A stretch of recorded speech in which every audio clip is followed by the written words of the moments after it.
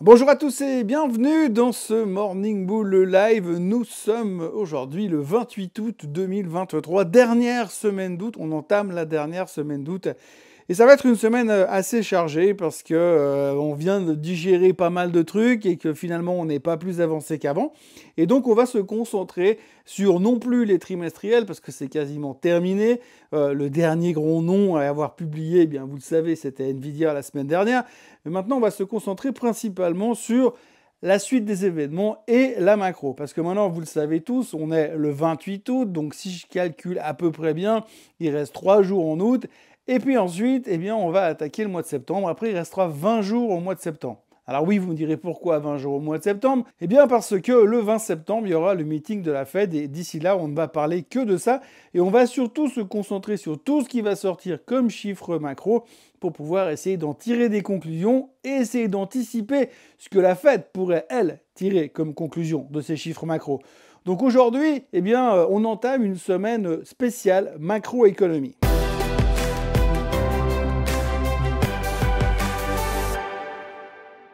Alors si on fait le point de ce qui s'est passé la semaine dernière, vous avez tous vu, on en a parlé dans le Swiss Bliss hier, grosso modo, Monsieur Powell, il a parlé vendredi soir. On l'a tous attendu toute la semaine et qu'est-ce qu'il a fait en parlant? Quel était son discours? Quel était le ton de son discours?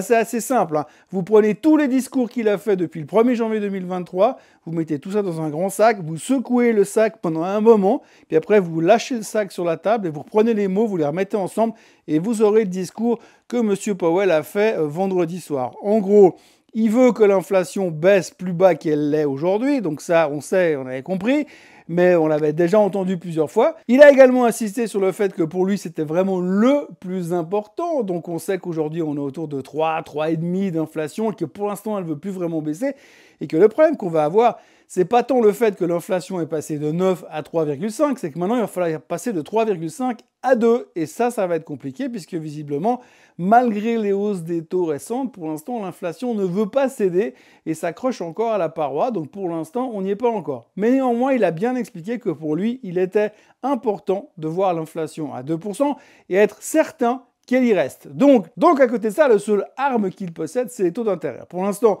peut-être qu'en maintenant les taux à un niveau élevé comme ils sont aujourd'hui, ça suffira au fur et à mesure des mois pour faire baisser l'inflation. Mais si ça ne suffit pas, eh bien, M. Powell l'a répété encore une fois, il est prêt à monter encore les taux si nécessaire. En gros, si vous voulez, on ne va pas perdre non plus 4 heures avec ça. Il nous a dit ce qu'on savait plus ou moins déjà au sujet de l'inflation et au sujet des taux et au sujet des amphis de la Fed.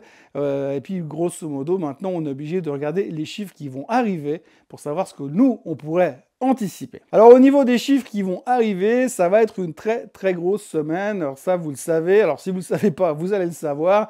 Aujourd'hui, c'est calme. Alors préparez-vous, faites du stretching, respirez, faites de la méditation, soyez prêts parce qu'à partir de demain mardi, ça va être chaud patate, comme on dit tout le temps.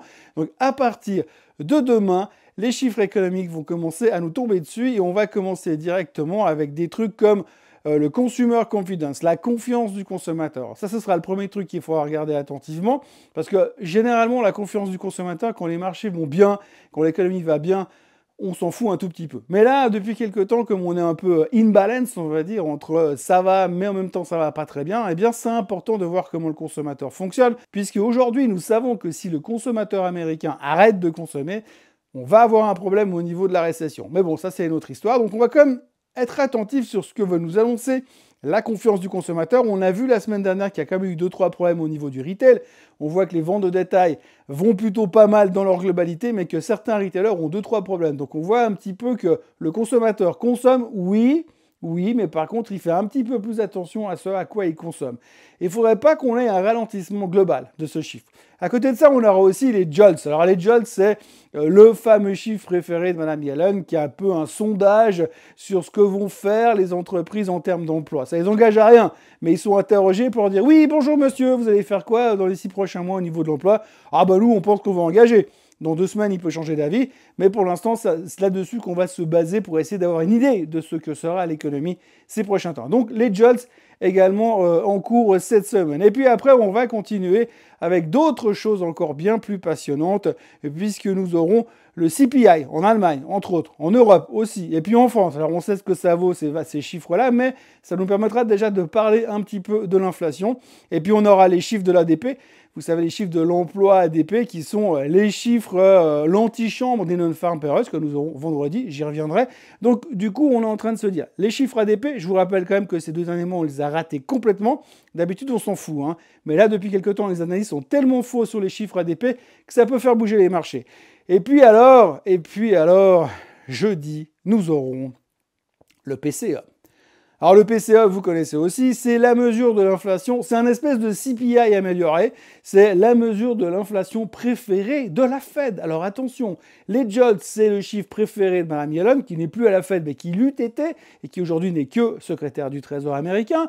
Le PCE, c'est le chiffre préféré de la Fed. Et puis alors, les non-farm payrolls que nous aurons vendredi, c'est notre chiffre préféré à nous, les investisseurs, pour essayer de deviner, pour voir si le fait que si l'emploi se contracte, eh bien, ça veut dire que l'économie se contracte, et donc ça voudra dire que potentiellement l'inflation va s'affaiblir, et que si l'inflation va s'affaiblir, eh bien finalement peut-être que M. Powell oubliera son éventualité possible de monter les taux. Bref, vous le voyez, on va avoir une semaine méga compliquée, méga complexe, parce que chaque jour, on aura 1 à 2 chiffres qui nous permettront de faire pas mal d'interprétations, et puis à essayer d'en tirer des conclusions. Conclusions qui de toute façon n'ont aucune valeur, puisque de toute manière, on sait parfaitement que d'ici le 20 septembre, tout peut arriver, et que le 20 septembre, ils sont capables de nous prendre à contre-pied sur encore autre chose. Donc pour l'instant, on est tous d'accord sur le fond et sur la forme, que finalement la Fed ne montera pas les taux en septembre, si les choses restent telles qu'elles sont.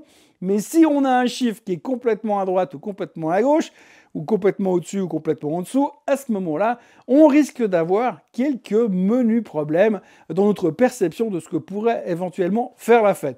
Mais ça, bien sûr, on aura le temps d'en rediscuter bien des fois, puisque de toute façon, on va se concentrer principalement là-dessus. Après, ce qu'il faut regarder quand même un peu, c'est que les marchés sont un tout petit peu en position défensive. On voit quand même que le Nasdaq, le SOX, la tech en général a marqué le pas après les chiffres de Nvidia. On en a parlé dans le Swiss Bliss, hein, donc on a explosé de joie, mais après on a pris les profits quand même parce qu'on n'est jamais trop prudent. Et donc la tech est un peu en difficulté. On a 2-3 moyennes mobiles qui sont dans une phase un petit peu dangereuse et qui pourraient se croiser pour nous donner un signal baissier. Bref, on a pas mal de choses qui sont un petit peu tendues et qu'il va falloir analyser. Et puis on va essayer de réfléchir tranquillement pour savoir ce qu'on peut en faire pour l'instant. Mais je vous avoue que ce matin, même si nous sommes dans un lundi matin relativement calme, eh bien c'est quand même un tout petit peu brumeux dans la tête des investisseurs en général. Et puis ce matin, comme tous les lundis matins, nous sommes souvent sur une thématique chinoise, hein. Vous savez, en début de semaine, on se dit « Ouh, la Chine, ils vont faire quelque chose ». Eh bien, ça tombe bien, la Chine, ils ont fait quelque chose. Oui, ce matin, la Chine a annoncé de nouvelles mesures de soutien à l'investissement. Donc, en fait, ils vont baisser les droits de timbre sur les transactions boursières. Et puis, certaines bourses locales chinoises, eh bien, vont faciliter les investissements en marge. Et donc, ça fait très plaisir au marché chinois et au marché de Hong Kong, puisque les 2 indices sont en train d'exploser ce matin là-dessus. Le Nikkei, il y suit par sympathie. Donc, c'est une bonne nouvelle, mais en même temps, on attend un stimulus économique, on n'attend pas un stimulus boursier. C'est-à-dire qu'aujourd'hui, les mesures que sont en train de prendre le gouvernement sur les bourses pour attirer les investisseurs, c'est quand même un tout petit peu mettre un sparadrap sur une hémorragie. Hein, parce que si vous voulez, les mecs, ils viennent leur dire « Ah ben venez investir, ça coûte moins cher d'acheter. Et puis si vous voulez emprunter pour acheter des titres, eh bien c'est super. On vous laisse faire, on vous simplifie la vie. » Le seul problème, c'est que c'est pas comme ça que ça résout le problème économique derrière. Aujourd'hui, vous avez des investisseurs qui seront peut-être attirés par ça, comme le miel attire les abeilles, mais ça ne veut pas dire que ça réglera le problème économique derrière. Donc aujourd'hui, le rebond du marché, il vaut ce qu'il vaut, mais il ne faut pas oublier non plus que ça implique aussi derrière qu'il n'y a rien de concret au niveau de l'économie. C'est juste de la manipulation boursière qu'ils sont en train de nous faire aujourd'hui. Tout le monde est en train de sauter dedans, c'est génial parce qu'on peut investir à meilleur marché en Chine. Enfin, si vous investissez dans un truc à meilleur marché puis que derrière ça décale de 80%, pas sûr que ce soit très rentable non plus. Et puis, moi, ce que j'aime pas non plus, c'est qu'on vient vous dire « Venez acheter chez nous, venez investir en Chine, venez acheter des actions chinoises, venez acheter en marge, vous mettez 10 000 balles, on vous prête 100 000. » Comme ça, si jamais ça baisse un peu, vous êtes nettoyé après 10%. Bref, tout ça me fait un tout petit peu penser à un sparadrap sur une hémorragie. Donc méfiance quand même, mais on parle un petit peu de la Chine encore ce matin, comme j'ai envie de dire, comme tous les lundis matins. Voilà, donc vous l'avez compris, cette semaine, c'est une semaine macro. Clairement, on ne va parler que de ça. Peut-être qu'il y aura 2-3 sociétés à droite à gauche qui vont nous faire quelque chose. On imagine bien que Monsieur Musk va nous sortir un truc dans la semaine, qu'il va se passer quelque chose sur Tesla, et puis qu'on parlera certainement de Nvidia et de l'intelligence artificielle, mais ça, c'est de la musique d'avenir. D'ici là, moi, je vous souhaite un très bon début de semaine, un très bon retour. Enfin, pour ceux qui sont de retour, et une très bonne rentrée pour ceux qui retournent à l'école aujourd'hui. Et puis pour le reste, eh bien, je vous encourage à vous abonner à la chaîne Suisse Côte en français, à activer la cloche, et puis à revenir demain pour un nouveau Morning Bull Live, où on parlera de cette première journée de méditation boursière dans laquelle nous sommes aujourd'hui. À demain. Bye bye.